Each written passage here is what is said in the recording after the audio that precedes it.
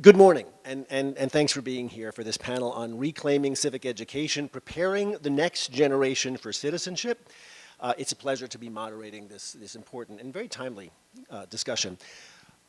I'm going to start with a simple but troubling observation, something I've written about several times over the years. Public education no longer sees civic formation as central to its mission. In too many school districts' mission and vision statements, I've studied these things, you'll find lofty language. Maybe you've even crafted some of these statements yourselves. You'll find this lofty language about preparing students for the 21st century workforce, college, career, etc., but nothing about preparing them for citizenship. This is ironic, even scandalous. Why? Because public education was created in large part for exactly that purpose, the civic purpose of education, preparation for citizenship. So today's discussion is more than merely academic. It's about restoring, or I guess I should say potentially restoring, a foundational purpose of American public education. We will explore what civic education should look like, what we should teach, how we can build attachment to American ideals without veering into partisanship, what policy levers exist at the state and especially local level to support sound civics instruction. Corey already introduced my two panelists, Noah to my immediate left and Rob Jackson to my far left. So let's just jump right in.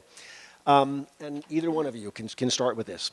Can we start by defining our terms? What is civic education? What is it for? What should the role, in your mind, be for civic education in the public schools? Noah, why don't you start?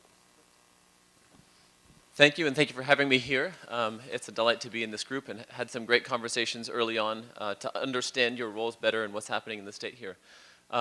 My contextualization for civics goes back to the founders, I think understandably, and the American experiment that Frederick Douglass writes the famous essay, "What to a Slave is the 4th of July?" I think similarly, what is a civics lesson to a feudal serf? Right? The serf needs to not get killed when the local lord comes by, so he better learn a little bit of honor. There's some kind of virtue lesson there, maybe.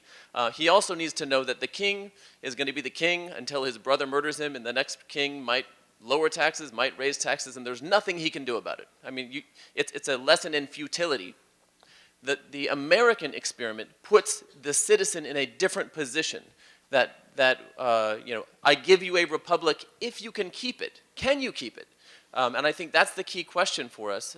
The tradition, the Republican tradition, or later the liberal and classical liberal and individualist tradition later in the 19th century, these are all imbibing the virtues and the knowledge that will allow the American experiment to perpetuate.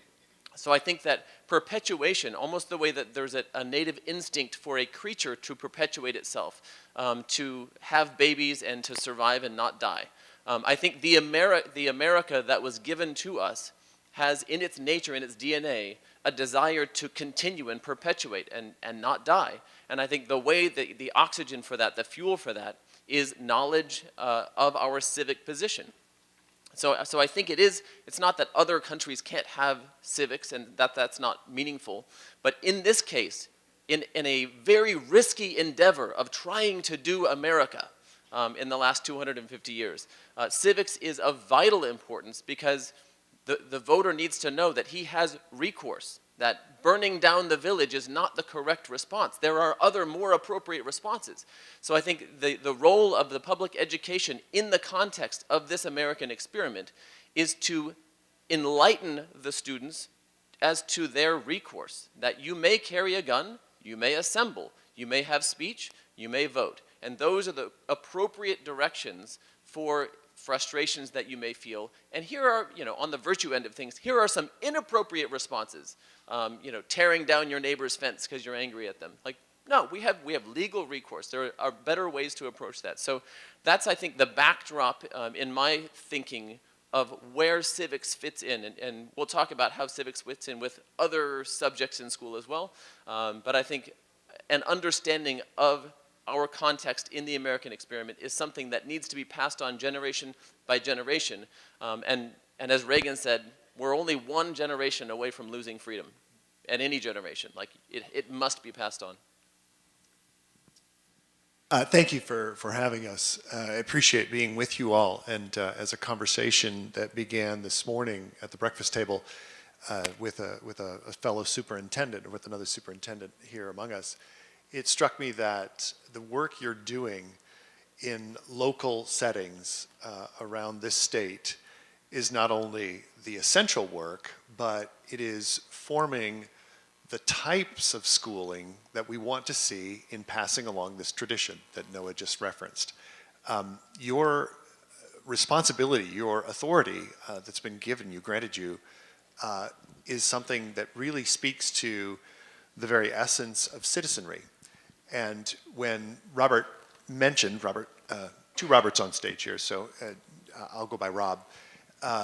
When Robert mentioned that we want to give definition to civic education out of the gate, I think it's fair to say that what you are doing in your role as school board members is fulfilling a part of this citizenship that we are trying to pass along to the next generation. To be very local about our understanding of zoning laws, of statutes specific to our municipality, of the way we organize ourselves in this community, is what we're trying to instill in the next generation. And it has a lot of implications, but fundamentally I see civic education as, to Noah's good anecdote, a coverage of the history of where citizenship has come from and what a citizen is today, and specifically in this democratic republic. But it's also just exploring the political. That's why I lead with the local, because all politics is local, fundamentally. It's about what our young people are coming into in the locale where they are born, not only at the municipal level and at the state level, of course, but even in this United States. How do we give them a better sense of the political nature of human beings? So I've been working with classical liberal arts schools for, well, too many years now, and our fundamental contention, following Aristotle, is that human beings are political creatures. But before they're political, they're a part of families. And before they are political, they're also a part of mentoring relationships, right? Where they're learning by their association with good and hopefully great men and women who lead by example. So the political nature is informed by all of these other facets of what it means to be human, and we need to cover that in full when we introduce citizenship. What does it mean to be a citizen? It means to be a part of a family. It means to be a part of a network of mentors and those who apprentice you in the way of living, and ultimately then to take your place in this particular society that you've inherited. I would say that in addition to the historical and the political, we fundamentally, with civic education, want to instill, and I'll just use the phrase, a love of country. Patriotism, of course, sometimes comes in has a bad rap, but I think patriotism, properly understood, where we're looking at the strengths and the weaknesses of our nation so as to improve upon it, is something we want to give to the next generation. We really want them to understand, this is what I've inherited. Now, what am I going to do with it? The reference to the Ben Franklin quip is great, right? Coming straight out of the Constitutional Convention and asked what form of government they had produced. Franklin says, a republic, if you can keep it. And that's what civic education fundamentally is concerned with, preparing the next generation to keep this democratic republic alive. Rob, I'm glad you invoked patriotism, because it was going to be my next question. Over the years, I have tended to be the person invited to panels like this, to be brutally frank, as the token right-of-center panelist.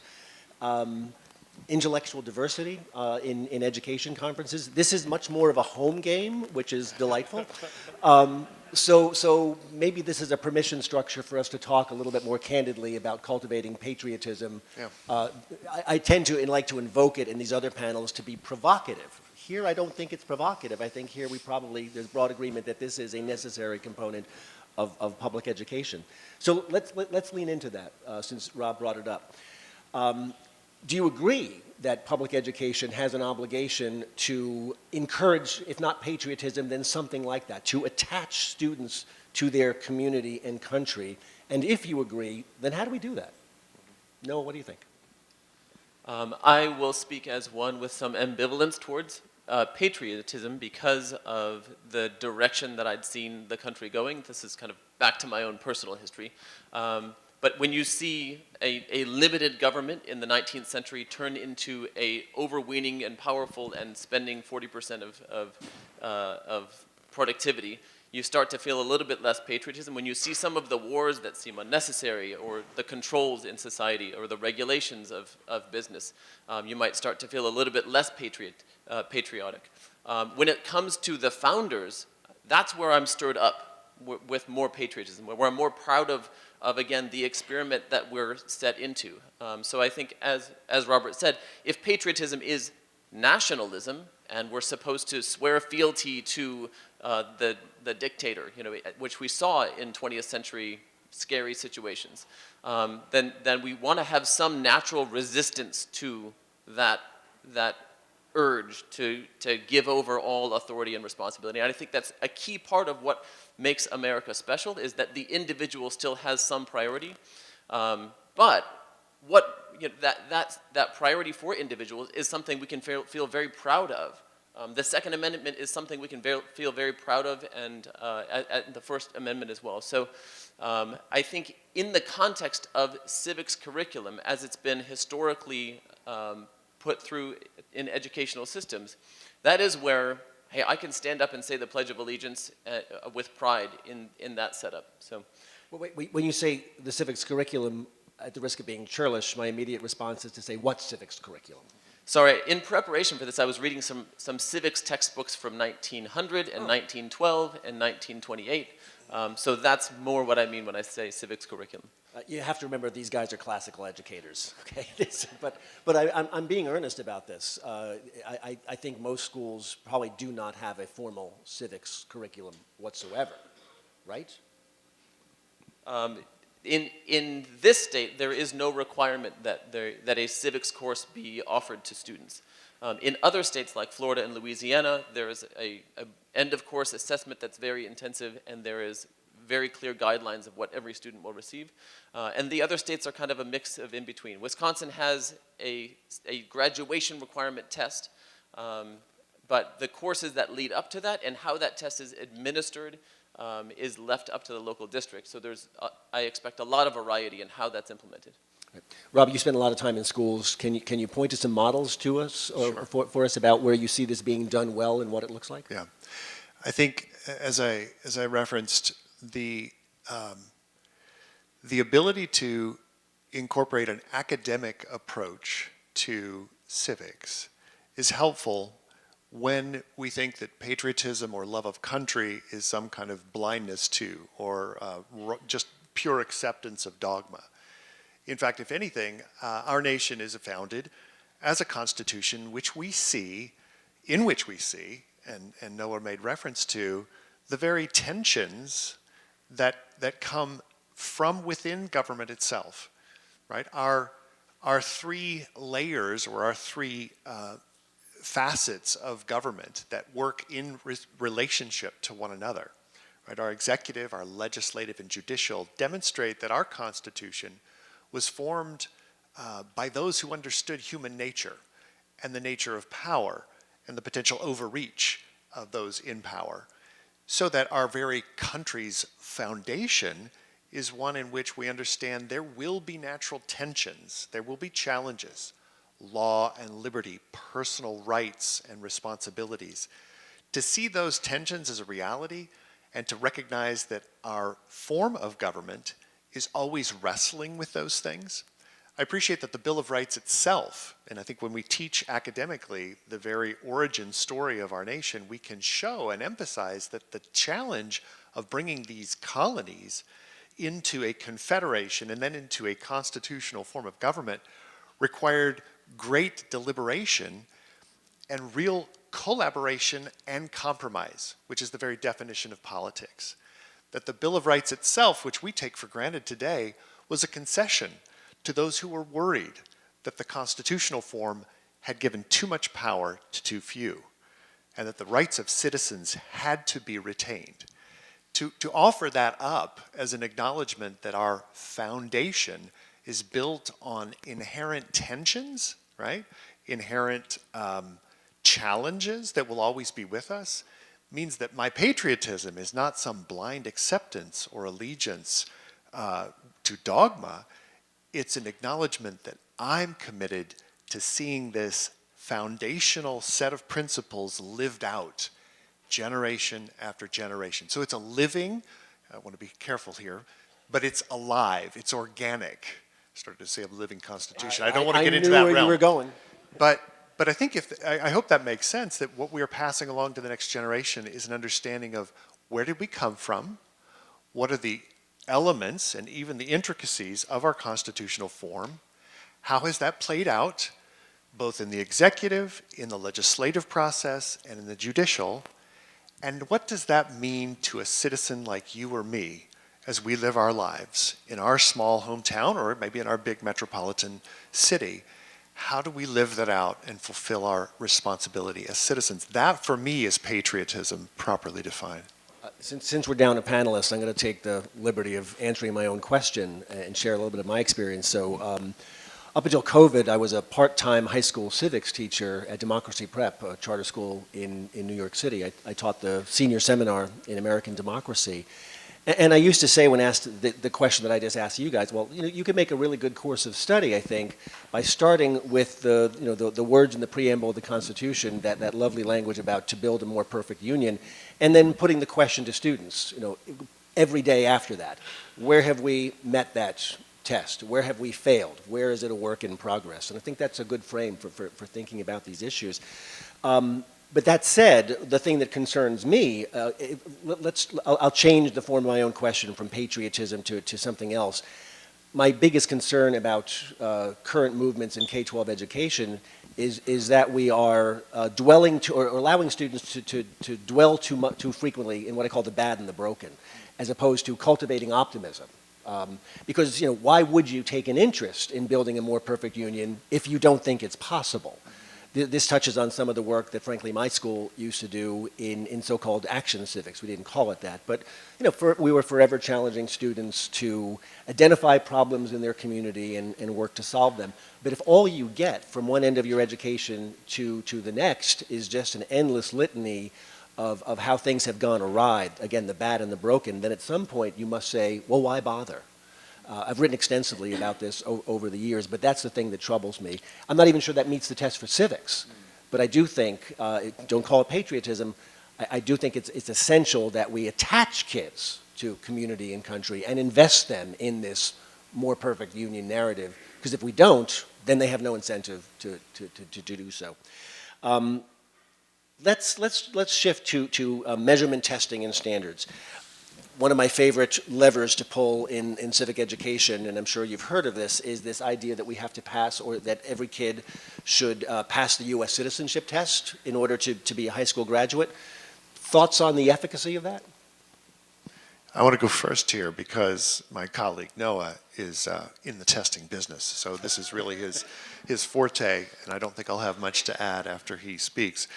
I think that citizenship test is certainly kind of a basic point of entry to acknowledge that we would want any of our citizens to be able to recognize the form and the process and the elements of their government such that they could pass such a test. I'm far more concerned in terms of measurement in how we peer into the classroom and look at the kinds of behaviors that we see in our students as they interact with one another, as they discuss the nature of this political regime. And when I say that, I don't mean in the spirit of activism, trying to get them partisaned up or ready to join a campaign. In fact, in many ways, I think of our preparation, our political preparation of the next generation, we should be talking with them about the nature of the regimes that precede our own in great detail, right? From antiquity right on through the Middle Ages, as was referenced, and into the early modern period and through modernity, to see that this form of government that we've inherited took a long time to gestate. It was really something, a near miss, almost didn't happen, really striking that this has been successful for 250 years. All of that is important, and we need students to be talking about and wrestling with the evolution of this regime, the way this republic has come down to them, so that they are able to enter into public discourse when they take their majority. In many of the schools that I've worked with over the years, we try to describe our efforts with civic education as pre-political or sub-political. We're not partisan any more than we'd take the 7-year-old or the 10-year-old and put them behind the wheel and say, you know what it is to drive a car, you've seen your mommy do it, go to it, right? They're not ready to take on, to be at the wheel, as it were, as a full citizen until they've had time to think and to consider and to be among adults who, and this is crucial, are themselves men and women of character, whose civility is demonstrable, both in the classroom and in the teachers' offices, right? That they carry themselves in a way that demonstrates their commitment to the common good.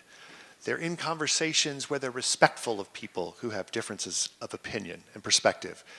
That's the kind of thing that we need to measure, and I know this is incredibly difficult, but it's the kind of things that I look for, and that when I'm working with school leaders, we are looking to cultivate in these schools. The kind of conversations that happen, right, in the classroom, outside of the classroom, the kinds of civility that we want to be able to measure. But I'm specifically interested in cultivating a spirit, an ethos, an esprit de corps in schools that acknowledges that politics, again, in a pure sense, is who we are as communities of people. Like that what we're doing together in this school is a fulfillment of our political nature. And that what is happening outside and what you're probably seeing on, hopefully you're not on social media, but what you're seeing on the news, well, that's a bit more of a show. It's a bit more, I think of it as virtual gladiatorial sport, right? And really you should set it aside. Don't go to the circus. In fact, look right in front of you and see your fellow students and see these adults who have been given responsibility to provide you instruction, and see the members of your community as the political life that you have inherited. That's a really good frame, and thank you, because one of the things we talk about in civic education all the time is cultivating civic engagement. And I like to point out that a school is the first, with the exception, probably of a family or church, but the first public institution that a child has a relationship with. And as that one goes, so many others. The better educated you are, the more likely you are to vote, to volunteer, to do all of these things that we think of as civic engagement. So what I like to say is a school is not a place where you learn civic engagement; it's where a child experiences it. So that's a very good point. Thank you for that, Rob. Okay, testing guy, this is your chance. I want to keep playing on this theme a little bit before going into assessment, which is in the same sense that America is an experiment, your school is an experiment, and it could fail, it could collapse. And the civics that keep your school on the rails, the power assigned to the superintendent, to the boards, to the teachers, to the union, to the parents, all of those are a complicated interweb in the same way that we see the branches of government checking each other's. There are systems of checks and balances, and I think there's a lot to learn, and I want to emphasize that as you've created a healthy polity in your school, that will model out and create a civil society in the school, and I think that's exactly what you're talking about. Those in charge of teaching civics cannot teach what they have not learned. They can't give what they don't have. And so if you've created an environment of civic responsibility in the school, that will pass on to the student. And those virtues that were required for larger venues are going to begin formation in a very natural way without heavy-handed state mandates on assessments or courses. But when it comes to assessments, should I No, I'm just curious. In other words, why do we focus all of our time on reading and math? Because that's what we test. So do we want a civics test? In other words, my own bias here is to suggest, although I'm not a testing hawk, unless there's a test, it will continue to be a bit of a backwater in public schools, but I'm willing to be convinced I'm wrong about that. No, absolutely. I will say tests are dangerous. So we work in the testing industry. The danger of tests are mostly baked into the stakes. So is this do or die? Are millions of dollars of school funding going to be, or is your school going to go from a C to an F based on these test results? there's a law called Goodhart's Law, which is mind-blowingly everywhere, where when a measure becomes a target, it ceases to be a good measure. And when the civics, getting those 65 out of 100 questions, when that becomes a very high-stakes game, then there start to be leakages of the signal, and let me just help you out on these questions here. Then we won't have to have this whole course. Then we can spend time doing what we really care about. So I would say it's important to be very careful what you measure and how much pressure you put on that measure.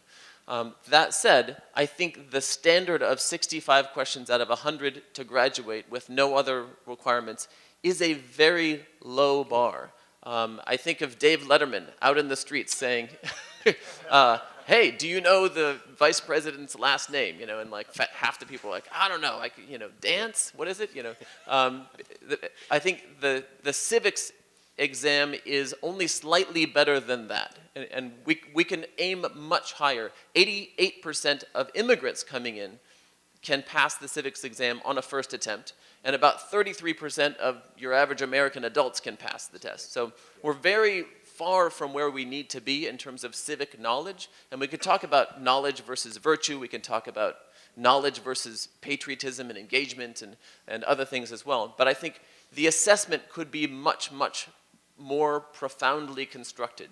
And there are many groups out there. You could steal, Florida's test or Louisiana's test, or go to Bill of Rights, or any of these other great organizations that have broad research into the areas of civics that are most important for students. But I would recommend seeking out additional assessment resources and then being very thoughtful about what stakes or what incentives are tied to the results of those tests. 10 years ago, I founded a short-lived civic education organization called Citizenship First, and this was one of our primary objectives, was to get states to adopt the citizenship test as a graduation requirement. We failed. The Joe Foss Institute did quite well, I think, in 17 states now.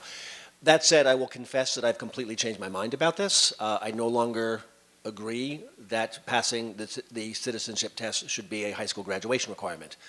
It should be an elementary school graduation requirement. And I cannot resist the temptation of having a room full of school board members to push my new favorite policy on this, which is to do exactly that, to make it an elementary school requirement. I'm an unrepentant disciple of a guy named E.D. Hirsch Jr., who you might know, of core knowledge fame, cultural literacy fame. His point, his work has driven mine, which is that we really need to rebuild, the knowledge infrastructure, if you like, of our elementary schools for civic reasons, yes, but also for literacy and whatnot. This strikes me as a really good lever to pull, to get elementary schools, where the battle tends to be won and lost, back into the business of not just of civics but of literacy. A simple test, and by the way, I'm not being just puckish when I say it should be an elementary school requirement. I've actually I've looked at this. If you look at the core knowledge sequence, I think the answers to 85 of those 100 questions are in the core knowledge sequence in elementary school by 4th grade. So when people say, as you just did, this is a poor measure, it's not serious, that's absolutely right. But it's better than a poke in the eye with a sharp stick, right? So in lieu of doing something more robust than that. So please, school board members, take this idea home. I don't need to be credited. It's your idea. Make it an elementary school requirement in your school districts, and then write and tell me how it worked. Robert, can I interrupt real quickly there? The notion that we would measure basic knowledge, core knowledge, if you will, of politic, of civic life, seems right to me at the elementary level. And it also coheres to a vision of education, of liberal education, where when we teach them some of the rudiments, whether it be mathematics, numeracy, or literacy, and over the years, as children develop, they have opportunities to return to that basic understanding. If they have the facts, as it were, in grammar school, by the time they enter those middle grades, the onset of pubescence, they begin to sort of challenge and question. Then they begin to wrestle with the details of how these facts work in real life. And as they mature, ideally, in those secondary grades and become perhaps a little more eloquent and a bit more expressive, they're able to articulate for themselves what these facts mean, how they work, and how they need to be placed into effect in this generation, at this moment. So there's a sense in which they come back again and again and again to the facts. The idea of giving them just a high school examination to say, well, did you get it or not, seems way late in the game. Well, I mean, and missing an opportunity. No, you're right, but I mean, the other point that I always make is like, look, if you get to the end of your K-12 education and you cannot pass that baby simple civics test with ease, something has gone very wrong. Let's be honest. We're going to go to questions in a few minutes, but I cannot resist, before we do so, asking the question that I suspect is on a number of people's minds. For both of you gentlemen, what are the red flags in civics curriculum materials that we should be aware of, or how should school boards think about controversial resources that are popular with teachers, like Howard Zinn's People's History or the 1619 Project? So a couple of resources that I would point to give you sort of an exemplar or exemplars of what is possible. In civics, I think we should be teaching, as you've heard me say, the political nature of society, the historical development of our particular society. We should be teaching them, our students, how to evaluate when our ideals are not met and they are, imperfectly fulfilled. To do these things requires, I believe, us to sort of step back a bit and acknowledge that if there's a new thing, if there's some sort of radical reframing, if there's a project that is going to finally reveal the true essence of the American experience, and you haven't heard of it before, I'd suggest that's a huge red flag, and that in fact, the larger activity of scholarship, either political philosophy, of history, of any of the major disciplines, you should simply go and ask, right? And I know this is not your purview, this is not your area, but it's not too difficult to get a pretty good, careful reading and critique of someone like Howard Zinn from the historical associations, right? And to say to other scholars, where's his take coming from? How does this fit in the mainstream of scholarship? I'm always interested in looking for the main. Where's the middle? Where is his history, as you understand, happens so incrementally. Historical research, right? New developments are not really going to change the total fabric of the tapestry. There are going to be new discoveries, new elements of understanding, but the idea of a total radical reframing of all of history, in this case American history, just strikes me as so very unproductive and actually destructive, right, of our understanding of what it means to... Can I take brief issue with one thing you just said, Yeah. however, when you said it's not their purview? It is your purview. Sorry, Okay. I guess I meant you're not expected to be the experts as That's scholars. fine, but if anybody tells a school board member that curriculum is a staff thing, not No. a board thing, object like hell. Right. It No. absolutely Right. is your purview. Robert, thank you for correcting me, because my intention there was your purview is not the scholarship. Sure. What I would like to do, and I was going to reference the Bill of Rights Institute, the Jack Miller Center, the James Madison Program. I mean, we can find for you scholars who have devoted their lives to the mainstream, right? To sort of maintaining integrity within a discipline so that you, as a very responsible board member, can say, how does this other thing that seems to be coming out of some field, how does this square or how does this fit within the mainstream? And when you see that it's outlier, you should call the flag or the card. And I'll add that keeping an eye on outputs and inputs. So outputs might be that you've adopted for your district an assessment that you expect the kids to be able to pass. And if there's a lot of goofy shenanigans going on in the civics course and the kids are not passing that exam, there's a natural crowding out and a crowding in of the bad's crowded out with the good because you've got to hit this target. If the goal and the outcome of the class is that the students would stage a walkout because the jukebox was removed from the cafeteria, if that's what civics means to the civics class, well, one way to crowd that out is to say, those jukebox protesters did not pass the civics test. We need to make a change. We need to have curriculum that's aligned with the kinds of outcomes we expect of the students. And I can recommend some textbooks from 1900 and 1912. So there are resources out there.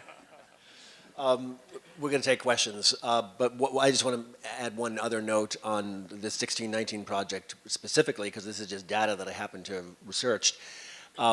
When folks were upset, and I think rightly upset about this making serious inroads into schools, I looked it up, and the Pulitzer Center, which publishes the curriculum for the 1619 project, claimed at the time that it was in use in 5,000 schools, but I could only find 3 school districts that had authorized it. From memory, I think it was Niagara Falls, Chicago, and one other. And this surfaces something that school board members should know, which is just because a curriculum is not adopted, and I'm making air quotes when I say adopted, doesn't mean it's not in use. And by the way, it's not a conspiracy. This is just what teachers do. So in other words, I didn't think that the Pulitzer Center was lying about the other 4,997. But you need to know that teachers, when I was joking before about what curriculum, I shouldn't joke, I mean it earnestly. When teachers don't have a curriculum, they do what teachers do. They go on Share My Lesson, Teachers Pay Teachers, Google and Pinterest, and yes, the 1619 project. Oh, I heard about that. Oh, my kids might be interested in that. That's how that number gets higher. So just because a curriculum isn't officially adopted doesn't mean it's not in use. And this is a challenge for school board members, right? Because you don't want to be, the hall monitor, so to speak, but you need to be aware that just because you have not officially adopted something or sanctioned it does not mean it's not in your schools. That experience of 3 adopting, 5,000 others actually using it should be instructive for all of us.